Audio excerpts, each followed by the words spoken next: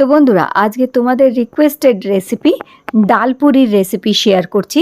এই রেসিপিটি আমার কাছে রিকোয়েস্ট করেছিলেন চুমকি বাসু বলে আমারই এক খুব ভালো ফলোয়ার কিংবা সাবস্ক্রাইবার। তো তোমরাও আমাকে রিকোয়েস্ট করতে পারো যে তোমরা কি রেসিপি আমার কাছ থেকে দেখতে চাও কিংবা জানতে চাও, তোমাদের নাম বলে আমি সেই রেসিপি শেয়ার করব এখানে। তো দেখো, এই ডালপুরি তৈরি করার জন্য আমি এখানে 1 কাপ ডাল, ছোলার ডাল নিয়েছি। এখানে 1 কাপ ছোলার ডাল রাতে ভিজিয়ে রেখে দিয়েছিলাম।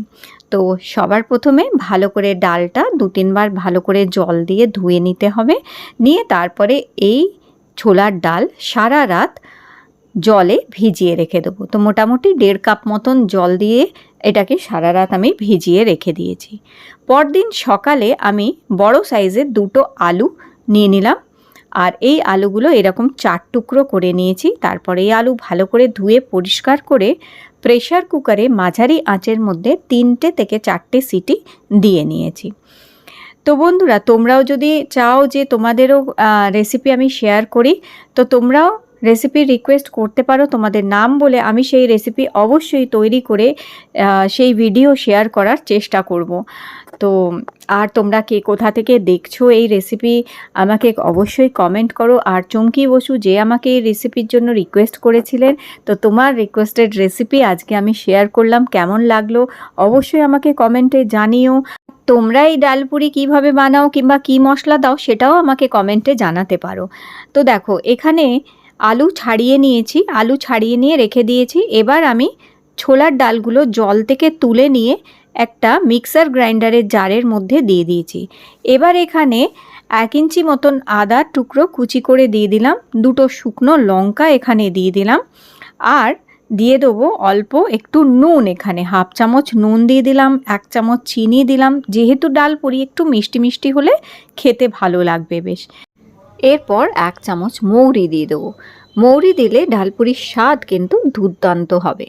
এবার এটি ঢাকনি লাগিয়ে আমাদের বেটে নিতে হবে। যদি বাটতে অসুবিধে হয় অল্প একটু জল দিয়ে বাটতে পারো।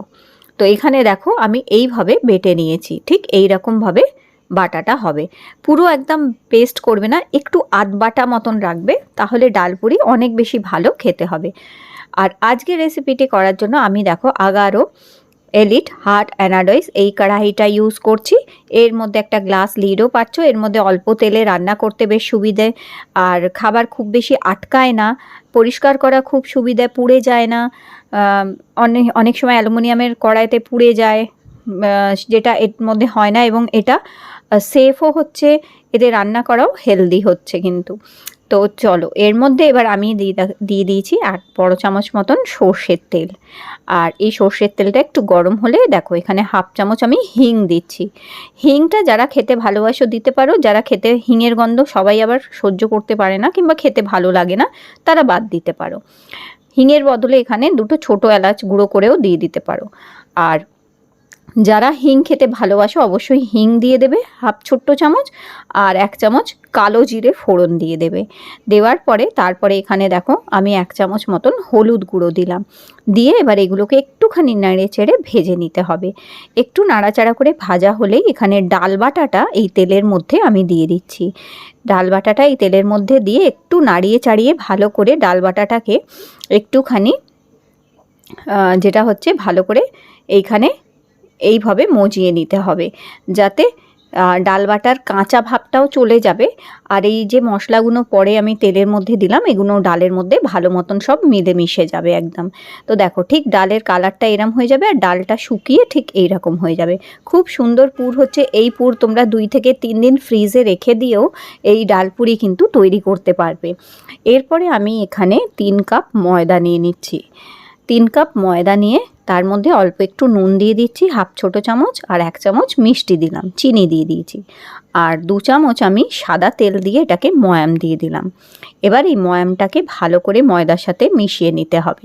ময়াম খুব বেশি দেবে না, তাহলে ডালপুরি খাস্তা হয়ে যাবে, কারণ ডালপুরি তো এটা তো খুব খাস্তা করব না। ময়ামটা ওই 1.5 থেকে 2 চামচ ময়াম দেবে। ভালো করে ময়াম মেশানো হয়ে গেলে তারপর অল্প অল্প করে জল দিয়ে একটু শক্ত করে আটা মেখে নিতে হবে। খুব বেশি নরম করে আটা মাখবে না, একটু শক্ত করে আটাটা মাখবে। এবার এই ময়দাটা মাখবে, এবার ঢাকা দিয়ে রেখে দিয়েছি। এবার এই যে আলু সেদ্ধ করে নিয়েছিলাম, আলুগুলো ঠান্ডা করতে রেখে দিয়েছিলাম, আলু ঠান্ডা হয়ে গেছে। এই আলু সেদ্ধ আলুগুলো দিয়ে আমরা ডালপুরির সাথে খাওয়ার একটা হালকা একটা তরকারি তৈরি করে নিচ্ছি। তো তোমরা তরকারি পছন্দসই তৈরি করতে পারো, আলুর দমও তৈরি করতে পারো ডালপুরির সাথে খাওয়ার জন্য। কিন্তু আমি এখানে সর্ষের তেল দিয়ে তার মধ্যে শুকনো লঙ্কা আর 5 ফোড়ন এখানে তেলের মধ্যে দিয়ে দিয়েছি। তারপরে একটু আদা কুচি দিয়ে দিলাম, আর একটু কাঁচা লঙ্কা কুচিও এর মধ্যে দিয়ে দিয়েছি। এই তেলের মধ্যে দিয়ে ভালো করে সমস্ত মশলা নাড়াচাড়া করে এবার আলুগুলো হাত দিয়ে ভেঙে দেবো এইভাবে। তোমরা চাইলে আলু ছোট ছোট করে কুচি করেও নিতে পারো। তো এখানে আলুগুলো হাত দিয়ে ভেঙে দিয়ে এরপর এর মধ্যে দিয়ে দেবো অল্প একটু হলুদ, 1 চামচ মতন হলুদ গুঁড়ো দেব। আর তোমরা যদি আরেকটু ঝাল ঝাল খেতে চাও, আর একটু স্পাইসি খেতে চাও, তাহলে এখানে শুকনো লঙ্কার গুঁড়ো 1 চামচ কিন্তু দিতে পারো তোমরা।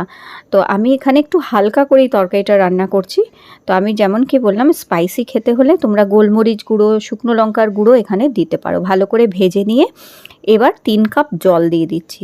এবার হচ্ছে আলুর তরকারির ঝোল তোমরা কতটা খেতে চাও সেই অনুযায়ী কম বেশি ঝোল রাখতে পারো। এবার এটাকে টকবগিয়ে ফুটিয়ে নিতে হবে। আর হ্যাঁ, এবার আমি দিয়ে দিচ্ছি নুন 1 চামচ স্বাদ মতন। নুনটা আগেও দিতে পারো, তো আমি ভুলে গেছিলাম দিতে, তাই পরে নুনটা দিলাম। দিয়ে এবার ভালো করে দেখো তরকারিটা ঘন করে নিয়েছি, ঠিক এই রকম রেখেছি আমি। এবার আমরা ডালপুরিগুলো ভেজে নেব। তার আগে সবার প্রথমে সাদা তেল গরম করতে বসিয়ে দিতে হবে। তো এখানে সাদা তেল আমি বেশ কিছুটা দিয়ে দিয়েছি, দিয়ে এবার এটাকে তেলটা গরম করে নিচ্ছি। তো তেল যতক্ষণ গরম করছে, আমি মাঝারি আঁচে তেলটা বসিয়ে রেখেছি, যাতে ডালপুরিগুলো বেলতে বেলতে তেলটা গরম হয়ে যাবে। তো এখানে একসাথে আমি ছোট ছোট লেচি কেটে নিলাম, পুরি কিংবা লুচির আকারে। এবার তোমরা কতটা বড় করবে, কতটা ছোট করো, সেই অনুযায়ী তোমাদের সুবিধা অনুযায়ী তোমরা ছোট বড় ডালপুরি তৈরি করতে পারো। আমি মোটামুটি একটা স্ট্যান্ডার্ড সাইজের যে ডালপুরি যেরকম হয় সেই আকারেই লেচি কেটেছি। এবার এর ভেতরে পুরগুলো দিয়ে দিচ্ছি। এই পুর এত ভালো হয় যে একটুও ফেটে বেরোবে না।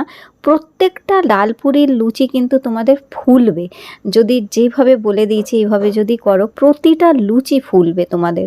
তো এই যেভাবেই তোমরা বেলে থাকো না কেন, আর যদি একটু পুর বেরিয়েও যায় কোথা থেকে, তাও দেখবে লুচি ফুলেছে। তো এইভাবে দেখো আস্তে আস্তে একদিকে টান দিয়ে দিয়ে বেলবে।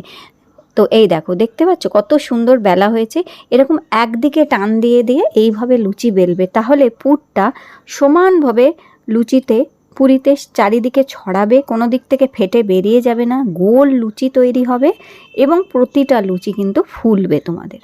এই দেখো এইভাবে একদিকে টান দিয়ে দিয়ে এইরকম সুন্দর করে একসাথে 4-5টা বেলে নেবে। আর তেলকে আগে ভালো করে গরম করে নেবে। তেল যখন ভালো গরম হয়ে যাবে, আঁচটা কমিয়ে মাঝারি করে দেবে। আঁচটা কমিয়ে মাঝারি করে এক এক করে এই ডালপুরিগুলোকে ভেজে নেবে। এক পিঠ হয়ে গেলেই একটুখানি খুন্তি দিয়ে চাপ দিলেই দেখবে ফুলে উঠেছে কত সুন্দরভাবে। আর এইরকমভাবে দুদিকে দাগ ধরিয়ে নেবে খুব সুন্দরভাবে। ডালপুরির চিহ্নই হচ্ছে এটা, যে এই ডালপুরির মধ্যে গায়েতে এইরকম ফুটফুট ফুটফুট হবে, তখনই বুঝবে ডালপুরি পারফেক্ট হয়েছে। দেখো আমার প্রত্যেকটা ডালপুরির গায়েতে এরকম ফুটফুট ফুটফুট কালো যে উঠছে, এতেই বোঝা যায় যে পারফেক্ট ডালপুরি তৈরি হয়েছে। এবং ডালপুরির চিহ্নই হচ্ছে এই রকম, দেখো। তো এটা হয় কি, তেল যদি ঠিকঠাক গরম হয়, ময়দা যদি ঠিক মাখা হয়, তবেই কিন্তু এইরকম ফুটফুট হবে এইগুলো। তো এই দেখো একদম পারফেক্ট ডালপুরি কিন্তু রেডি হয়ে গেছে। এখানে দেখতেই পাচ্ছ, খেতেও কিন্তু অসাধারণ হয়েছে। এগুলো দেখতেও যেমন অসাধারণ হয়েছে, খেতেও অসাধারণ হয়েছিল।